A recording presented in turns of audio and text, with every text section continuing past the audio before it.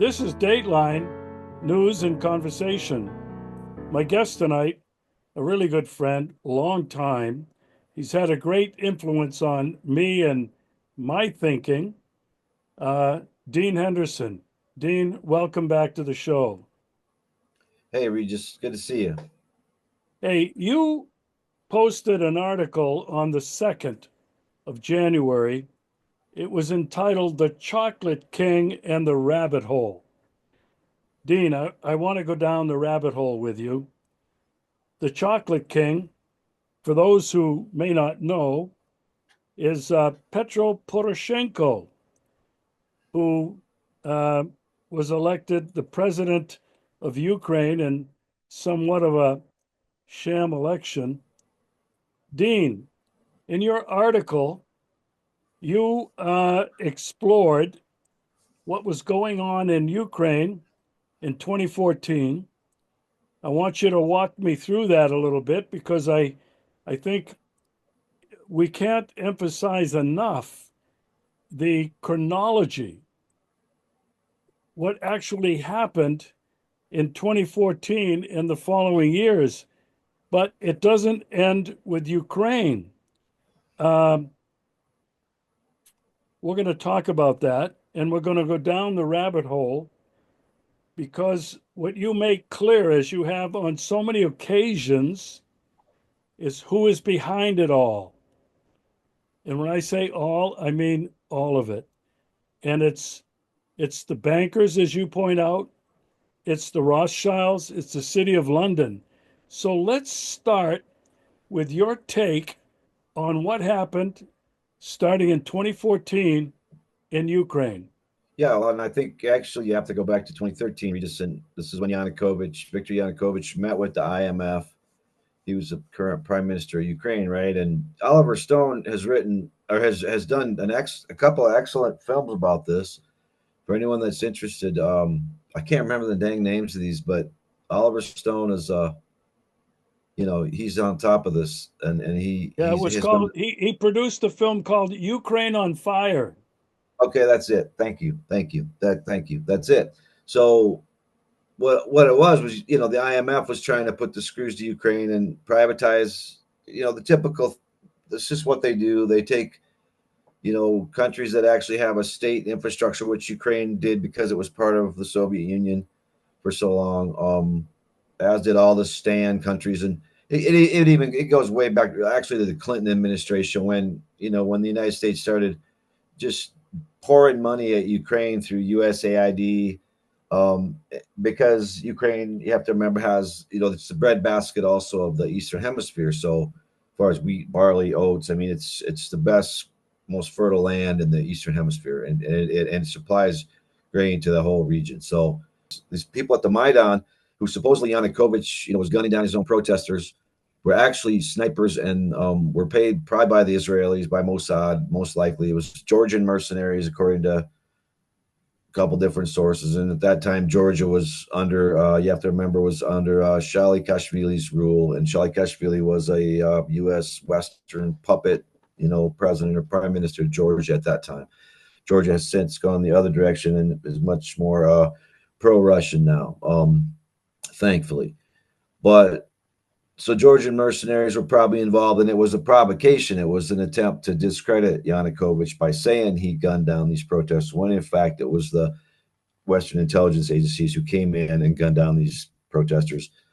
Um, and so, yeah, Yanukovych was pretty much at that point tossed out by the legislature, marched out of the country. Some reports say at gunpoint. And it wasn't that he was even pro-Russian; he was just neutral. He just didn't want to be part of NATO, and he didn't really want to be that close to Russia either. He was just kind of a non-aligned, But they don't like that. That is unacceptable for the bloodline crown that's all behind this, which is all behind this. So they brought in Poroshenko, yeah, Viktor Poroshenko, and he was this literally a chocolate king. I mean, he was a billionaire, and he literally made his money with chocolate factories, and also had some TV stations, car dealerships. I mean, he had a lot of things, but he was swept into power. Um, And then after him came Zelensky, who, basically Zelensky beat Poroshenko in the following election because he promised peace again, because obviously the Donbass was already, on fire. And, the incident had happened at Odessa, and the Ukrainians were, the Azov battalion, the fascists, the right sector people, were attacking Russian speaking people in the Donbass and killing them and torturing them, and well documented. They'd signed Minsk one agreement, Minsk two agreement, which was supposed to carve out a sort of an autonomous zone in the Donbass, um, that could be autonomous from Ukraine, because they were Russian speaking, and they did have their interests do align more with the Russian state than the Ukrainian state, and always have, anywhere east of the Dnipro River for that matter. So that was all in motion, and Ukraine had signed on to these agreements. And reports have it that Zelensky then met with MI6 once he was elected. First of all, he was an actor. He served in this series called Servant of the People, which is interesting because it's kind of foreshadowing his whole being the president of Ukraine. And even at that time, his funder was Ihor Kolomoisky. And Kolomoisky was a dual citizen, Israeli, Ukrainian citizen, and oligarch. He was one of these people who was involved with really the downfall of the Berlin Wall, even back then, and definitely the looting of Russia in the late 90s. These are the oligarchs. The Western media likes to report that the Putin and the oligarch are buddies, but Putin is actually enemies with the oligarchs for the most part. Maybe a couple he gets along with, but that's just because maybe they're not crooks. But the crooks he doesn't get along with, including Kolomoisky. So a lot of them went to Ukraine. A lot of them fled to Ukraine even. Milton, once again, Mikhail Friedman, guy that owns Alpha Bank. He actually was Ukraine, and now he lives in the city of London. Actually lives in the city of London, and a lot of them do. A lot of Saudi princes also live in the city of London. A lot of the real toadies, the ones that really suck out the wealth of a country and take it to London for the bloodline crown, to put through their drug money, human trafficking money, body parts, oil, laundry, the whole, city of London. That they love those guys, so they'll get them set up right there in the city of London, which is where Friedman's at. But Kolomoisky is in Ukraine, and Kolomoisky was also involved with Burisma. He owns a big chunk of Burisma, which is the Hunter Biden, the company that Hunter Biden was working for, which was also involved in the biolabs, the setting up of the biolabs in Ukraine by U.S. pharmaceutical companies who were experimenting on Ukrainian citizens, and have been since the early 2000s, with help from companies like Burisma, people like Kolomoisky. And Kolomoisky also, again, this is Zelensky's patrone. He's the guy that funded him. He bought him a Range Rover, he bought him a Dacia, and he buys him all kinds of things. And he elevated Zelensky to position of power. So Zelensky gets elected with Kolomoisky's help. And Kolomoisky also was involved, by the way, with the training the Azov battalion. Funding the Azov battalion. So he's a real. This guy's a real piece of work. And he was actually he's banned from the United States. He's not allowed here. 2021 they banned him from the U.S. even. This Kolomoisky guy, because he's a crook. But so Zelensky anyway gets into power, beats Poroshenko, on a promise of peace. We're going to have peace. We're going to make peace with the Russians. Everybody was tired of it. The Ukrainians were tired of it. But he went to London. He met with the head of MI6, and suddenly he was calling for, he was belligerent towards the Russians, and he changed his tune entirely. And they started attacking the Donbass again. And this is when Putin just said, okay, well, got to do what I got to do. And probably wishes now he'd have done it a lot earlier. Well, he does wish he'd have done it a lot earlier because he said so now. But that's the gist of the article. It's just a classic example of a creation of a pariah state, which is what Ukraine is. It's a pariah state. It's a hub for human trafficking, drug trafficking, prostitution, It's been a hub for. It's just a dirty state, and the Israelis are deeply involved in it. Zelensky's a Jew, obviously. He's a Zionist, so Israel's deeply involved with Ukraine. They're that's what Israel does. They go around and they create other little sleazebag countries that'll help them. Or just bolstering sleazebag countries, right? The Ukrainians are training the Tuareg Al Qaeda people now in Mali. We found out. Okay, Ukrainians are training the TSK people in Syria. Now we found out. So see, Ukraine is much bigger than people think. It's been training things, and I do mean things, for the United States and the Brits and the Israelis and other things that exist on this earth that are evil. And they just train them, and they train up these dirty armies for dirty countries, and that's what Ukraine is. It's a dirty country, and all kinds of dirty stuff happens there. So that's yeah, and it's not, the Ukrainian people suffer. Who suffers? The Ukrainian people. That's who. Yeah. Because they're not corrupt. They're not the problem. The problem is this little mafia that runs the country, and that hates Russians, and that really is fascist. These aren't neo Nazis. These are just regular old Nazis. Without the neo. I mean, these are just throwback Nazis, right? And they also train Al Qaeda. We know that they've been caught training Al Qaeda. Kolomoisky funds that too, training Al Qaeda in Ukraine, training ISIS in Ukraine. So what's going on here? So why? So I'll tell you what's going on is Israel trains ISIS, and Israel trains the Nazis. Israel trains any kind of, like, again, any evil army that'll replace a good government like Assad, like a good socialist Arab Baathist person who brought the Christians together and protected all the different people and allowed women to take their burqas off and be a progressive Arab republic, probably the most progressive other than Iraq before they destroyed that. And they hated him because of it. And he was and Tulsi Gabbard met with them. And I mean, it's just, I don't know what to say about the West. It's evil. It's becoming evil. So when they tell you somebody's evil, that means that person's just standing there a saint. You might as well count on it. And when they tell you somebody's a saint, then that person is the lowest scumbag pedophile you probably ever heard of. And that's all I can say about that. So, yeah, it's not a good situation, Regis, because the lying and the propaganda is just so incessant, and it's so violent, and it's vile. It's just got this edge to it, boy. And like they're driving it home for people that hate certain people, right? And it really is the case that those people are the best people on this planet. So you have a situation where, Satan is running things, and he's got the people corralled and scared and running, and does his little terrorists on New Year's Day to keep them on edge a little bit in New Orleans, and Las Vegas, just to keep them on edge a little bit. And those are U.S. military guys. Don't get out of line. That's what the U.S. military can do to you people, and it's evil. So somebody's going to waste this country this year. I don't know who it's going to be, Regis. That's where I'm at on it. I've given up all hope that the American people will change anything. We're going to get wasted, and I hope I can get the hell out of here before we do. Yeah.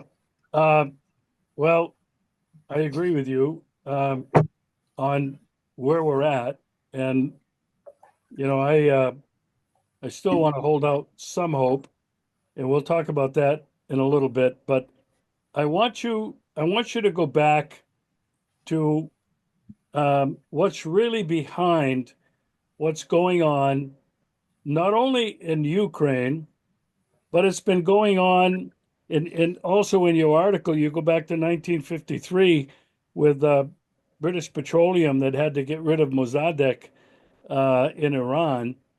Uh, it's the Bank of London, it's the IMF, it's the City of London, I should say, instead of the Bank of London, using the American military as a battering ram. And so, in terms of Ukraine, what is it that Monsanto, that Vanguard, Cargill. that BlackRock, what is it that they covet so much about Ukraine? You mentioned they have the most incredible soil, black soil. They've been the breadbasket. But what else is it that these bankers, this cabal, what is it that they covet in Ukraine? And it's the Yeah, same thing, and it'll lead us to what they covet everywhere else in the world where they have overthrown governments. Pick it up from there. yeah.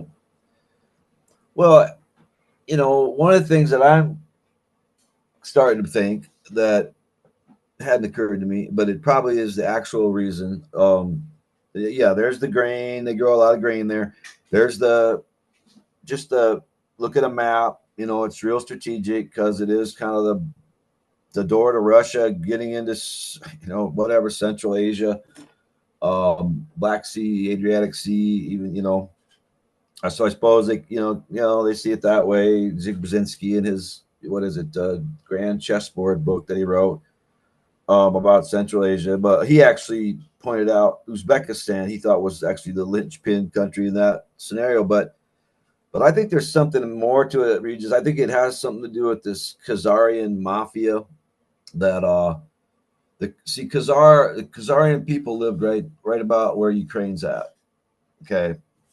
And Ukraine and the Khazarians were there, and so they were the people who came out of Babylon, led by the Baccarat family, which later changed its name to the Bauer family, which later changed its name to the Rothschild family, and a bunch of other Ashkenazi. They called themselves Jews, Ashkenazi. Interesting, but they had the Talmud in hand, and the Talmud is a different deal. It's really a nasty little book, and this is the book that the fake Jews or the Ashkenazis, but they're actually Satanists. They follow this book, and it's just filth. They moved north to this area, which is pretty much now Ukraine and the Caucasus, Georgia, this area, um, and established this Khazarian Empire. And this was in, I think, the 12th century, maybe 10th century. The Baccarats made a lot of money. So Russia actually invaded Khazaria several times and put them in their place and just said, stay the hell away from our borders, and they crushed them many times. They just had to go in there and crush them. And this is true. This is history. And so then these people, the Khazarians, moved from there to Central Europe, and this is when they intermarried with the other bloodlines who had already done their thing at Normandy in the 14th century. And there was a big eugenics fest there, and all the bloodlines, all the royals, the bloodline pretty much reinforced itself, and then married these Ashkenazi Jews like the Rothschilds, who were coming in and borrowing money so that they could start wars against other kings and other cousins, and yeah, and they all got together, and this is who runs the world. This is who now runs the world. So they're looking at a greater Israel. They're looking at it. I think they're looking at Ukraine as a greater Khazaria too. There's something more significant about Ukraine, I'm realizing, than I first thought, which is typical because there's always something else that you wouldn't even think of. That these people are just so sick, and so much of it is symbolic, and so much of it is history. They never let go of these things. They never let go. They'll never let go of this hatred for the Russians, and this is one of the reasons why. Because this Khazarian mafia that's going around the world right now, starting wars in every corner of every sector of the globe, and just the Israelis are part of it, and they're crossing every line that humanity has ever, has never maybe before crossed, even in modern times, like morally. They're totally evil, and they're out of the closet, and they're showing you who they are. They're showing us their teeth, literally. They'll never forgive the Russians for what they did to their Khazarian Empire back in the day. They'll never forgive the U.S. for having a revolution against the King of England. They'll never really, they just don't forget. And so a lot of what happens in this world is about these old grudges that these, very powerful bloodline people.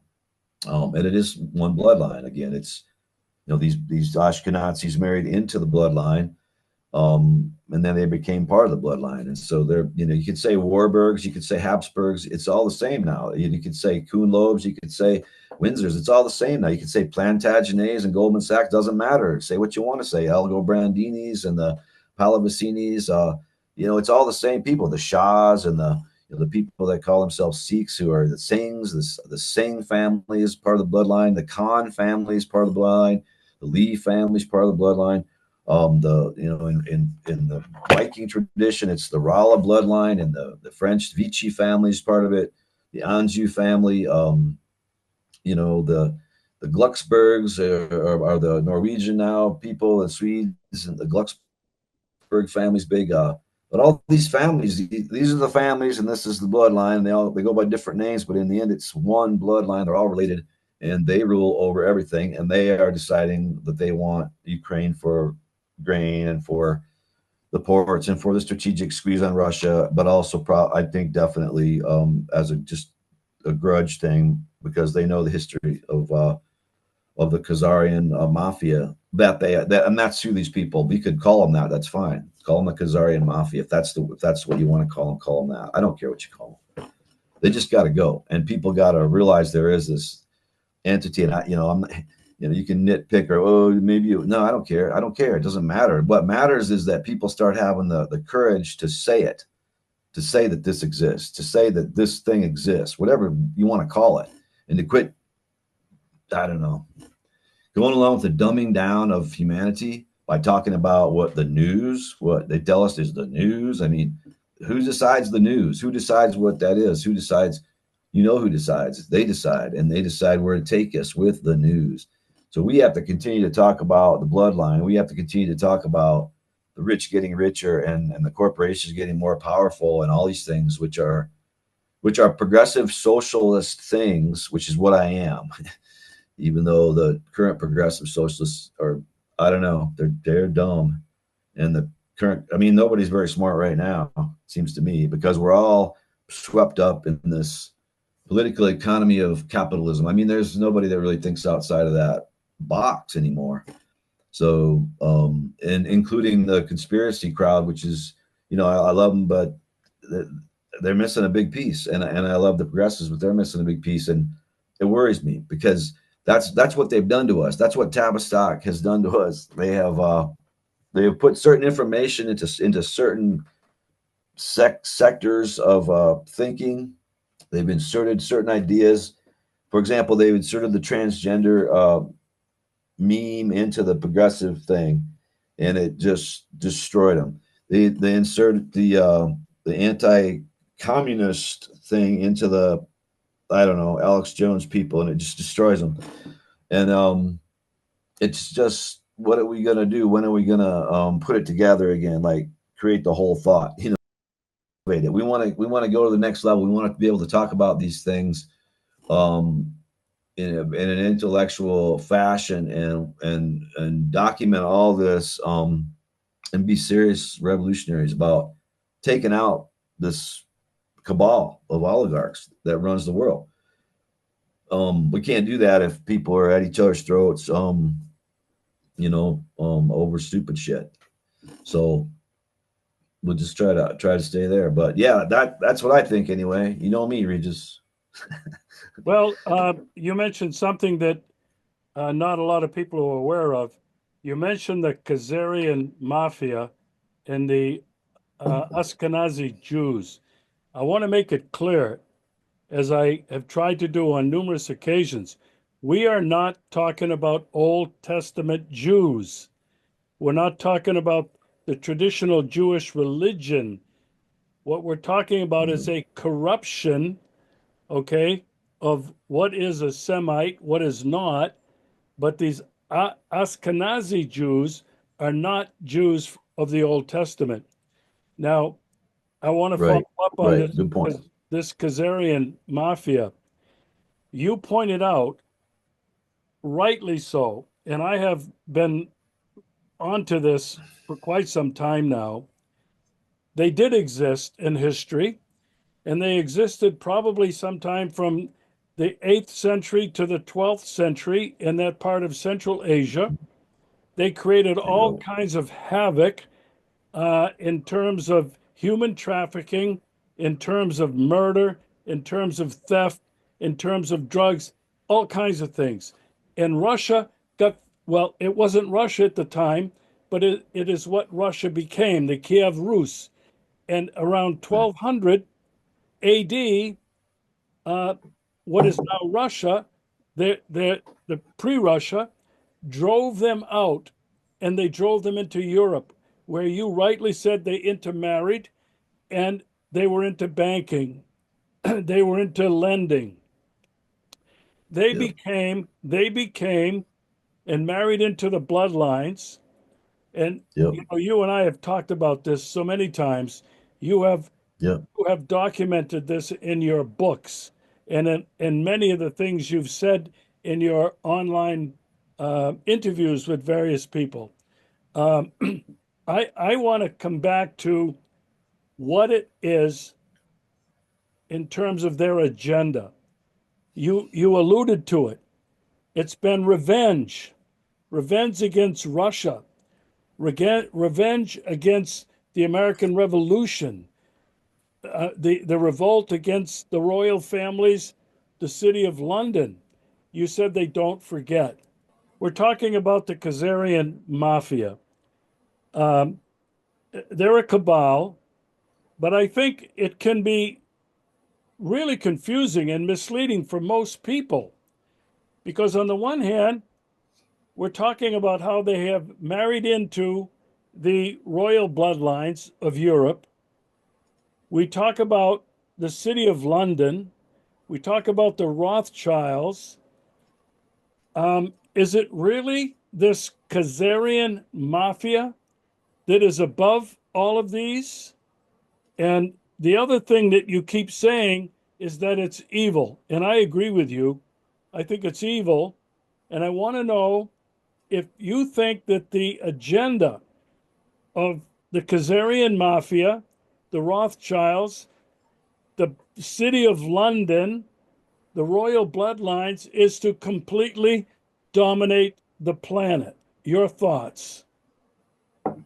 I mean, yeah, that's what they've been doing already. They already dominate the planet. They've been doing that for, again, like I said, my reckoning, 8,500 years is when, I pieced together. I believe that the Anunnaki, or the Nephilim, the fallen angels, whatever you want to call them, the archons.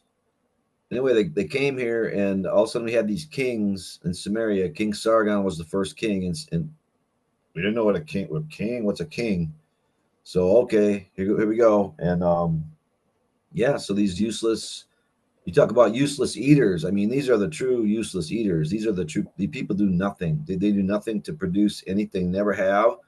They live in castles. We pay their way. They eat lobster like at dinner, and at steak the next at lunch. And I mean, the things that they consume, they're just constantly consuming, and they own all the land, and they own. Now they've had these scandals now in the UK, which is great. They've had a lot of royal scandals in the UK lately.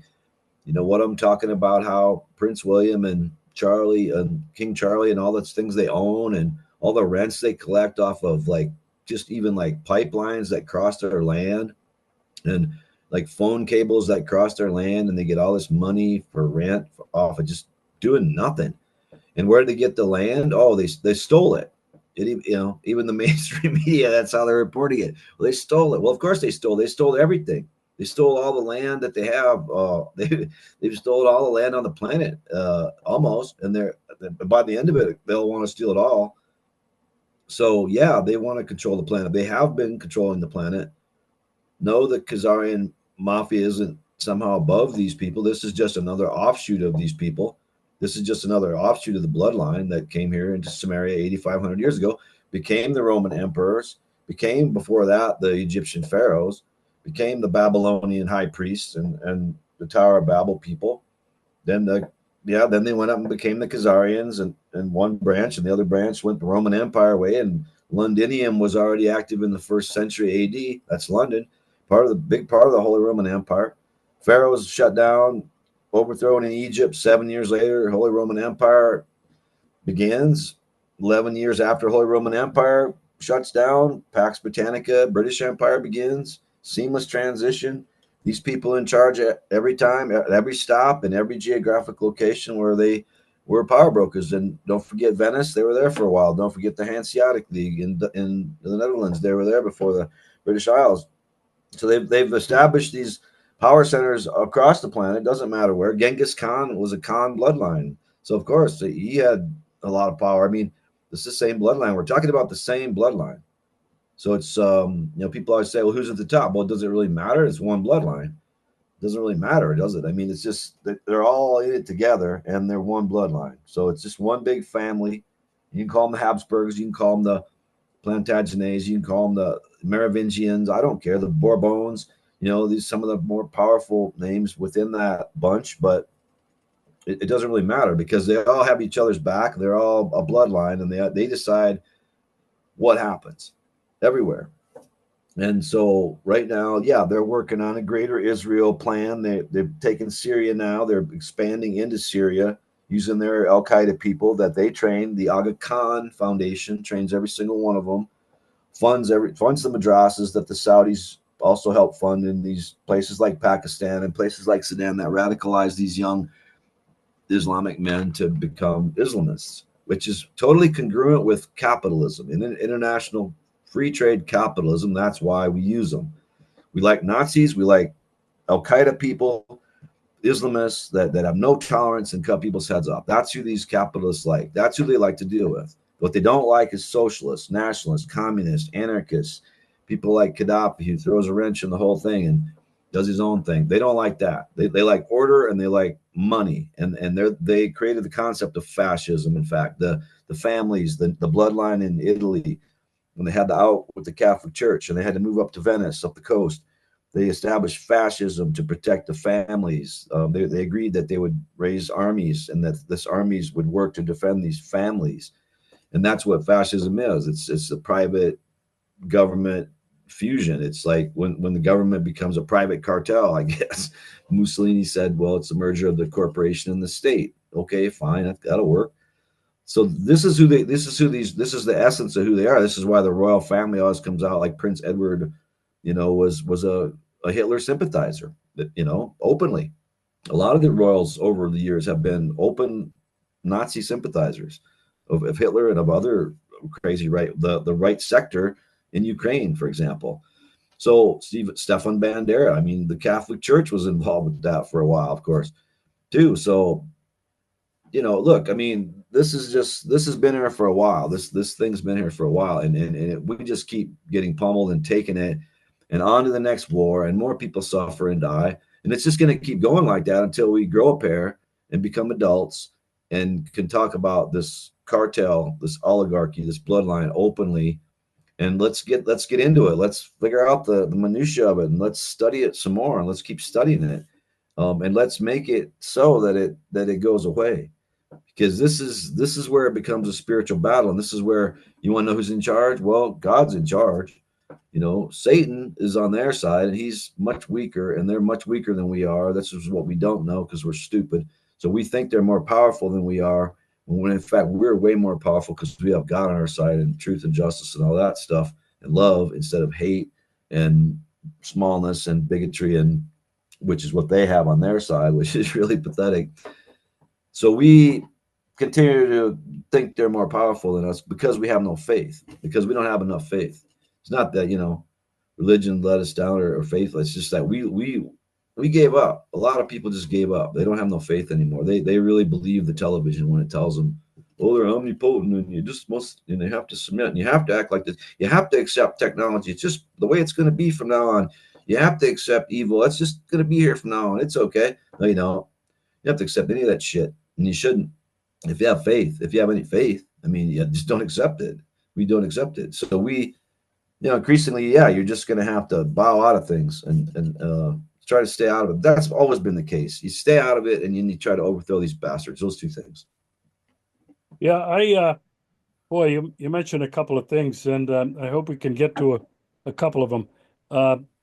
One of them that you just sort of finished on was, as humans and as individuals, we've lost contact with who we are, what our essence is.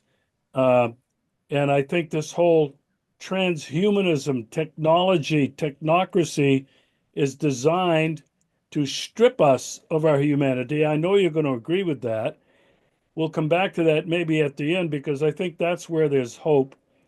But you mentioned the Greater Israel Project. Um, it's talked about. In fact, Bibi presented a map, I think, in the U.S. Congress of what his plan was, what his goal was. So what I want to ask you is Israel. What is it? Is it the Khazarian mafia stronghold? Um, and in addition to just this greater Israel, which is going to take over parts of Egypt and Saudi Arabia, uh, uh, Libya, maybe Iran, and who knows how far it'll go. But these Khazarians also settled in Ukraine, what is modern day Ukraine. And Dean, I have heard that that's part of the plan of these Khazarians, that they want to take over all of this and maybe even parts of Turkey. Pick it up from there, Dean. There's a strong connection between Ukraine and Israel, and you can't deny it. That's why you got all these Israeli dual citizen Ukrainian oligarchs that are responsible for really the entire privatization of Ukraine and the moving away from and the getting out of the Soviet Union and the whole process that was guided by these these Israeli dual citizens. And it was the same way in Russia. There was a lot of Israeli dual citizens involved there as far as transitioning away from state-owned enterprises to, for example, the Four Horsemen of Oil, Royal Dutch Shell, BP, ExxonMobil, Chevron, Texaco, their net assets quadrupled when the wall came down. I mean, they were just, they just took over all these state assets in Kazakhstan and Ukraine and all over Eastern Europe. Amazing. And that just happened. Boom, just huge transfer of wealth, boom, into the pockets of the bloodline City of London bankers. Yeah. Well, so what Israel, so there's a strong connection between Israel and Ukraine for sure. And it's a spiritual affinity because they are just these Talmudic Babylonian. They want, they really, what they really, they talk about a greater Israel, but what they really want, Regis, is to reestablish Babylon. It goes back before Israel even, and this is where I think people make a mistake of maybe focusing too much on Israel. It's more about the symbolism here because this was a time you talk about the word Semitic. What does that mean? Okay, well, Semitic is just a family of languages that arrived on this earth about 8,500 years ago, and nobody could understand it. So I wonder where that came from. And this is the Hittites were part of that. The Yiddish is part of that Semitic language family.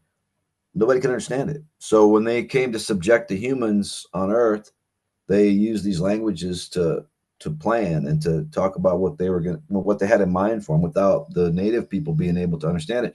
There's even some, a lot of native tribes talk about like way back in history, they could understand each other. They spoke the same language. And not only that, but they could understand the animals when they spoke.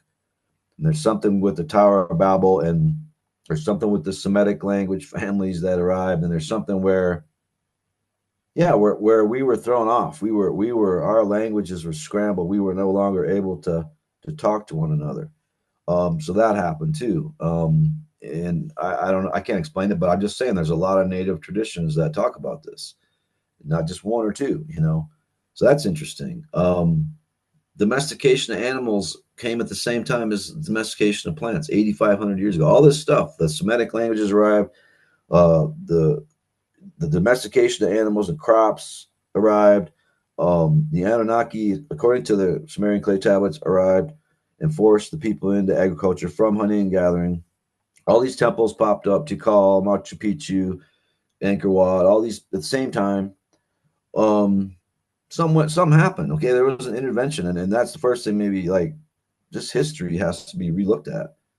I mean, pretty recent. This isn't that long. It's 8,500 years ago. We should be able to figure some things out. And but it's just being suppressed. And part of the suppression was the launching of the war in Iraq, because Basra in Iraq is the epicenter of where they're discovering these clay tablets. So they're not doing much of that anymore. Well, they might be back to it now. I don't know. But if they are, it's all going, being spirited off to the National Geographic museums in London and hidden, which is probably exactly what they're doing with a lot of it. But it's just a huge thing that happened that we have to explain. We can't just ignore it. And, oh, gee whiz, just a bunch of coincidences, I guess. Right. But no, they really want to go back and reestablish Babylon, reestablish sort of like, because, they were, I mean, when they first got here, they took control of things pretty fast, I think. And, first we went into being enslaved into agriculture while these lazy, good for nothing, useless eaters lived in cities and ran them and, issued dictates and collected taxes and ate most of the food and consumed everything. And then that quickly transpired, went into like industrialism, and there were 4 industrial revolutions now, we're told, because we're supposed to be in the 4th one. So that all happened. Steam, coal, gas, now electrification, EMS, whatever. That all happened. Meanwhile, capitalism comes in big time in the background as an economic system instead of a sharing tribal economy, which is what it was when these things arrived. People lived in tribes, they shared, they were communists. Okay, they're straight up communists. That's right. Does that scare the hell out of you? Oh, it should. It's so scary. So scary, scary, scary when people share things. It's just a scary thought, isn't it, Regis? But anyway, that's what happened. And that all happened to us, and we were all traumatized by it, and we all have PTSD from it, and it's intergenerational, and we're still scared a lot. It's just so sad to see how scared people still are of these things, and now they live in castles, and they're sort of like just going to live there until we call them out. So we have to call them out, and some countries have, and some countries haven't. More countries are. More of the Commonwealth countries are pulling out of the Commonwealth. Barbados, Guadalupe, a lot of Caribbean countries just in the last year. We got to keep at it. And it's all about just democracy instead of monarchy. It's all about, no more hierarchy, no more of any kind, no more monarchy, no more patriarchy, no more matriarchy, no more hatriarchy. All that stuff is like imagined up by the kind of sick puppy, satanic Luciferian mind that's been cultivated by John Locke and Thomas Hobbes and all these sick people, these psychopathic, sick people who are paid by the crown to tell us how evil humans are and how evil nature is and how hard it is to survive. And it's just a dark world, and poor people should just be killed because they're useless, and we have to save money. And, these kind of twisted, weird, just ways of looking at the world. And instead of like, you're my family, I'm going to take care of you. You're my relation, I'm going to take care of you, like that. It's just who we are. So that's who they are. That's who we are. And we have to we have to keep being human above all else during this whole thing that's going on, because it's going to be, well, it's ugly. It's already ugly. I don't know how anybody can not be pissed off. I don't know how you can just sit there and, I don't know, but that's what most people seem to be doing. They don't even care. Just it's like the guy in the Vegas Tesla vehicle. I guess he left some note and he was just like, yeah, Americans are washed out. All they care about is distractions. We're going, we're going down. And I think he's saying what I'm saying. Like, look, the Russians. What do you think these drones are on the East Coast? What do you think? Who do you think owns those drones flying over the East Coast? Things aren't good.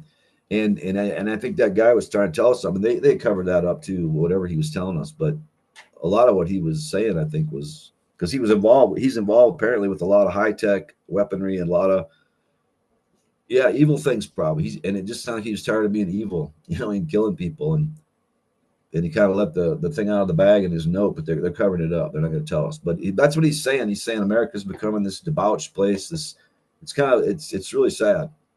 It does feel like the devil's on the loose, man, and it feels like it's affecting a lot of people. And wow, it's scary. These are your family, these are your friends who you can just see it starting to infect them, they're starting to believe this shit. They really are, and it's scary. It's scary when you just more and more you just feel like you're on an island, man. Trying to fight these bastards. Yeah. But we're doing all right. You've mentioned the word satanic a couple of times. I don't think there's any way to describe what's happening in the world today, especially the Israeli genocide of the Palestinian people. There's no way to describe it except with the word evil. It's not human. Humans cannot do this to each other. And No. so, you go back to Babylon, the Tower of Babel, or Babel, and where language was scrambled. We weren't able to communicate with each other. We weren't able to communicate with the animals. Now, what we're looking at today, and what that poor guy, a former Green Beret, said in supposedly a couple of his letters to the American people, is that this is crumbling, it's falling apart. And Dean, no matter where you look, I don't know about what's going on in Asia. I don't know much about that, but certainly as you and I look at the West, the United States, all of Europe, all of Western Asia, it's the same thing. It's going to, we could say it's going to hell in a handbasket. And I want to get back to the Khazarian mafia. I think it's a matter of revenge against um, those who have resisted them, those who have embodied humanity, human nature. I think it's revenge against all of them and all of us who have resisted. I Yeah. don't know how else to describe it. Now, there's going to be people I know who are going to say, "Oh, there goes Dean and Regis again, talking about the Anunnaki, talking about these aliens." But it's it's documented in Scripture with the Yeah. Nephilim, the First fallen page, Genesis. angels. Yeah. Okay, First paragraph. these spokesmen, these uh, what do you call them? Archons. These Nephilim. are not human. They're not human, and so it's too easy to write it off as, well, that's just old mythology, as if mythology is not real. Now, I want to come back to something that is very important to you. You've grown up um, amongst Native American, especially the Lakota Sioux. It's part, I think, of your belief. I think it's part of your spirituality. I have had the privilege of working with the Hopi Indians in northern Arizona for 5 years, where I think I my belief in what human nature was and who we were as humans began to change. Yeah. They're connected with nature. They're connected with the Garden of Eden. And if you look at the Garden of Eden from Genesis in the Old Testament to way the Native American or indigenous people looked at the earth, it was their Garden of Eden. The Yeah. Creator, the Great Spirit, gave them everything they needed. Yeah. And unlike Genesis, that says that and the Creator God placed man to dominate over nature and creation, the Native American tribes never saw themselves that way, did they? They Mm-mm. saw themselves as part No. of nature. Right.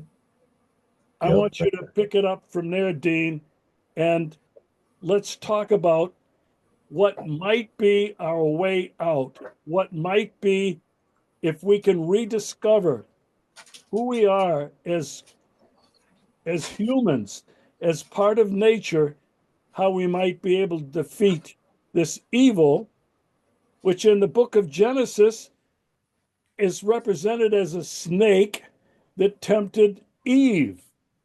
Um, there's a story there about what has corrupted us, what has Yeah. corrupted, what has thrown us out of the Garden of Eden that I think only the Native American original peoples have preserved. Your thoughts? Well, I think it has to do with just a kind of a worship of our own intellect, right?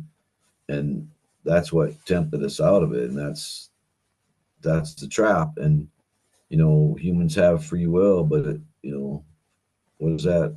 Where does that go? I mean, how you going to use that free will? And there's just a lot of questions, but I think, you see Apple Computer with the logo as a bite out of the apple. Seeing a lot of the bite out of the apple symbolism, and even with popular music stars or whatever. But it's all indicating this arrogance, this sort of flaunting of the natural order, even. And just like we're so smart, we can fix things that are, the creator was imperfect. They're basically saying the creator is imperfect, and we have to improve all that stuff that was it's just really kind of petulant, kindergarten level.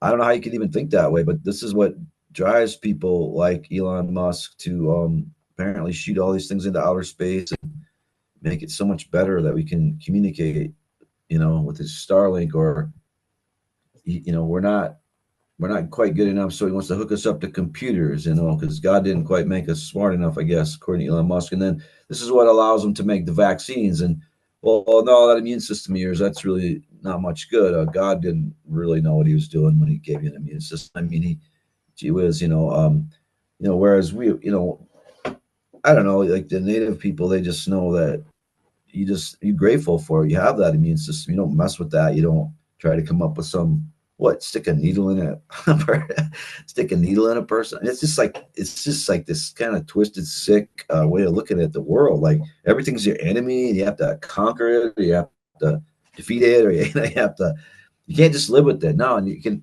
and that. But if again, if you look at the Western philosophers, who, the primary people, yeah, like John Locke, like Thomas Hobbes, like Thomas Malthus. I mean, these people were literally funded by the crown. They were literally paid for their way. Their way was paid for by princes and kings. And if you look at the history, it's actually what happened. They marched these people around. They were all city people who lived in squalor, because the British, society in medieval period it was pretty, it was like the kings and queens had everything and nobody had anything, and nobody else had anything. And they lived in squalor. And the Iranians, for Christ's sake, had to show up in London and teach them how to, cover wounds and things like this, and not to drain blood out of people. And I mean, all these kind of savage, crazy things the British were doing medically, and cutting people's entire legs off when yeah, they started out nuts. And see, that's just that Wetiko that I talk about in my book. It's this kind of insanity that it'll consume everything. It'll just consume everything good. And it's just basically it's fear. It's just fear. So what those philosophers reflect, and what the crown reflects, is a fear of nature. Like it's this foreboding place. And so therefore that transfers into a fear of human nature. And then you're supposed to feel ashamed or guilty or bad about who you are now, because not only is nature evil, but you're nature too. So you're dirty too. And you have a dirty, you're breathing on people. You have to get a shot, make you a better thing than God made you, because God didn't make you very clean. It's just this really bizarre thing. And then they put crowns on their heads, and they dance around maypoles, and they're druids, and I guess they drink babies' blood, adrenochromine, and it's none of it's human. None of it's. You have to remember, Elon Musk is a member of the Royal Society. All these tech giants are involved with all this stuff. That's all going this way, and it's all new and improved everything. But look at the world going to shit. So this is how stupid. It's just at its base, it's just stupidity, right? I mean, you could go up the native way, and you can live hundreds of thousands of years at peace, which they did. No problem at all. Nobody, yeah, maybe people lived a little bit shorter. They died in their 70s instead of the 80s because we couldn't keep them alive with all this junk medicine that costs a lot of money and drains people's resources at the end of life, leaving them to die broke. But it was really just a lot better life. Okay, was what that's what I'm saying. It was just a lot better life than this. And all this new and improved on things. I took a bite out of the apple. Ooh, I'm so smart. I mean, it's laughable. It's all just, really it's laughable, which is why the Indians, they have a great sense of humor, and they just laugh at most things because it is laughable.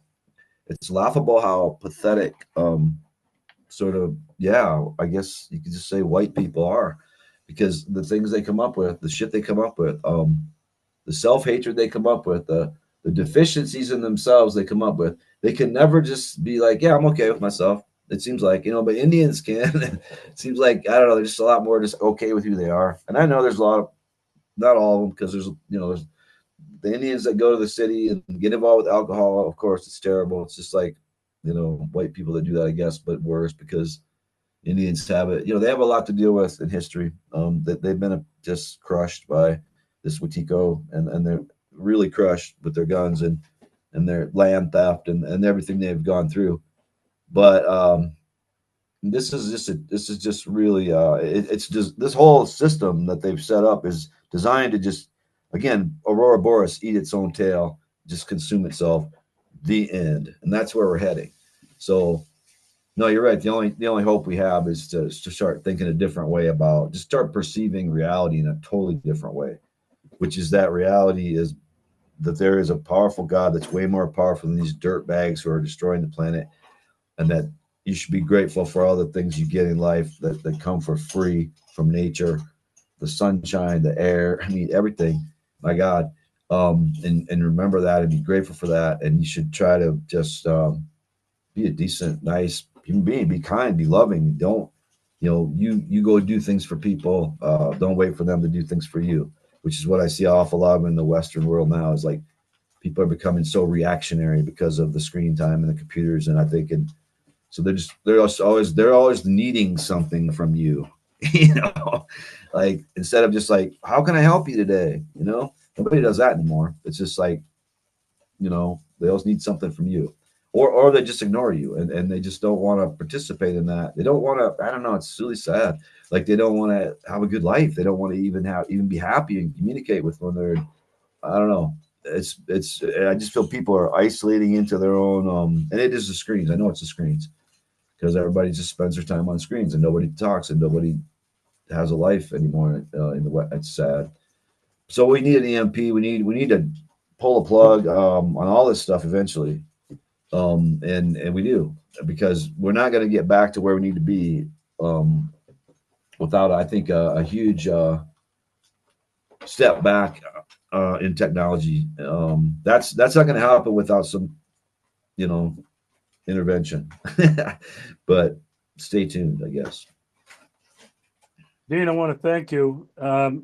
You have been talking about things that are uncomfortable for most other people to talk about, whether it's aliens, whether it's the bloodlines, whether it's some kind of a conspiracy theory against humanity. But Dean, I want to end on this note.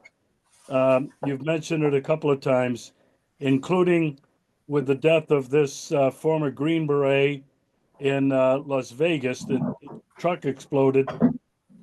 He's basically saying what a lot of Americans feel, and I think a lot of Europeans feel: things are not right. There's something wrong, and people are having a very hard time understanding it, getting their arms around it, because we've been so inundated with their messages, with their propaganda, with their indoctrination. I want to get back to this, and I'll finish on this note because I know you agree with me. We have got to rediscover who we are as individual human beings. We've got to rediscover who we are as humans, our humanity, and all the good things that the Creator has given to us for free. All of this has been distorted by what you and I have been trying to label today. I can't thank you enough for everything you've done to alert people, to educate people. I will put your books in the description of this show because people need to realize this is not just some kook living up there in South Dakota spouting off about this stuff. Your research is very well done and very well documented. I can't thank you enough for being a friend of mine, being on the show, and the contribution you've made to trying to understand this. Hey, all right, Regis. Thanks a lot to you too for all you do, and great talk. And yeah, you guys stay warm and just have a good rest of your winter over there.